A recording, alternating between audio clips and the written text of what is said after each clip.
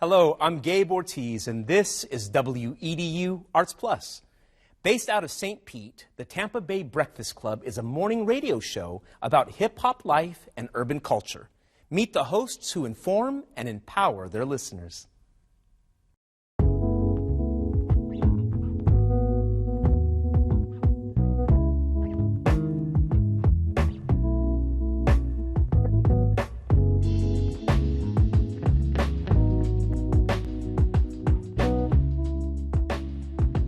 I'm Jabbar Edmond.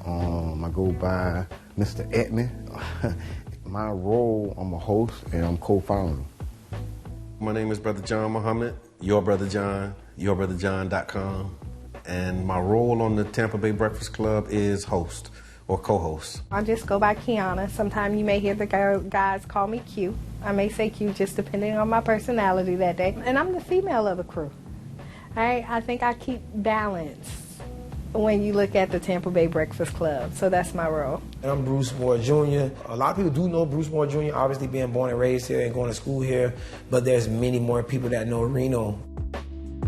St. Pete is small, and so the good things and bad things that come with a small city, you know, everybody knowing each other, of course, would be one of the pluses. My neighbors were not only just my neighbors, they became my family. Trying to put that back now, like really getting back to a place where we know our neighbors and we look out for each other. There was a St. Pete that existed, you know, south of Central, and then there was another St. Pete that existed north of Central and downtown. It was a struggle then, and I think it's still, you know, somewhat a struggle for black people in the city of St. Pete. Even with every step of progress we make, it's still a struggle to, implement that progress. Did y'all hear about the weed college, the first cannabis college? In Orlando. Talk to him, Sean Soprano.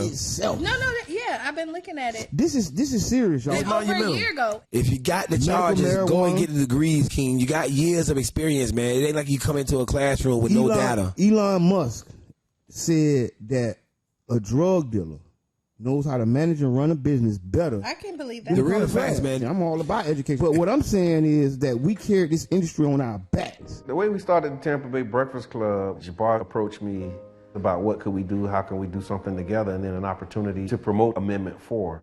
Amendment 4 is the, voting rights restoration to returning citizens. We were able to negotiate a deal where we got like 30 minutes on the radio at 99 Jams to talk about, Amendment 4 and other local, policies and politics. Enjoyed it, so we started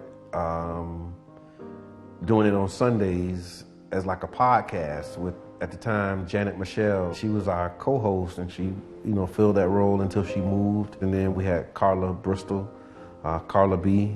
She came in for a season. And then Reno was behind the scenes. He was always present because we did organizing together, so he'd come and hang out. And then the things that he was saying off camera was like, man, we might as well just have you on the show. The negative thoughts that you is thinking about right now, or any particular subject, y'all, just flip it. Turn problems into opportunities. Problems are opportunities, man. Big shouts out to Sean Soprano, man. Real deal, man. We on the jump board together right now. Just being around people and clearly always talking, I just felt like at least learn something. So as you see that you're not going to shut up, you can have substance to your conversation and not just be labeled somebody who just love to talk. Really being informative, looking to give the information that isn't readily available in our community. Multiple meteorologists can look at the same data and come up with a different forecast. And so now you take those models, take that data and say, okay, based upon all of that, absolutely, you might be in between here and there, and that's my know what I'm saying speech. Most recently, after Carla B, transitioned out and went to do other things as well, Kiana, we invited Kiana. I've been working with the guys for a while outside of this, and they called me to interview.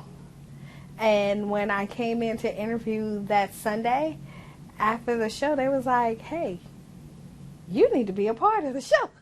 And I was like, okay. I look at it almost like a band and the instruments, but it's just the instrument that we're using is our voices. My voice is already kind of squeaky. I know my voice can get squeakier. You have to have your radio voice on. And have that vocal control. I talk lower when I need to calm it down. And when I'm very passionate about it, I slow it down and because I want you to understand what I'm saying. What's good for the geese is good for the gander. So if you keep it secrets, just know that she can too. Okay, and see that's why Kiana, that's why you need it on the Tampa Bay Breakfast Club. You feel? So you gonna even things out. You know what I'm saying? I was just joking. You know what I'm saying? It was joking. We just understand power, you know, and in terms of people's attention, you know, because it costs. People's attention costs. That's why it's called pay attention. We want to present local information right up there with,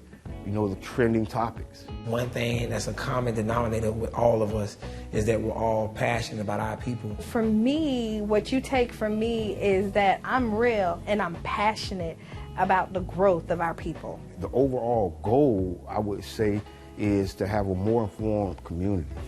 Around electoral politics, around health, around equity. It's about the mission of connecting the dots and closing the gaps, inspiring people to see what's possible, you know, and trying to be an example. You know, I don't know if that's a good thing or a bad thing sometimes, but, you know, you do the best that you can with what you have, and you pray that others will be inspired to join in. For more info, visit cdatcenter.org/Tampa Bay Breakfast Club.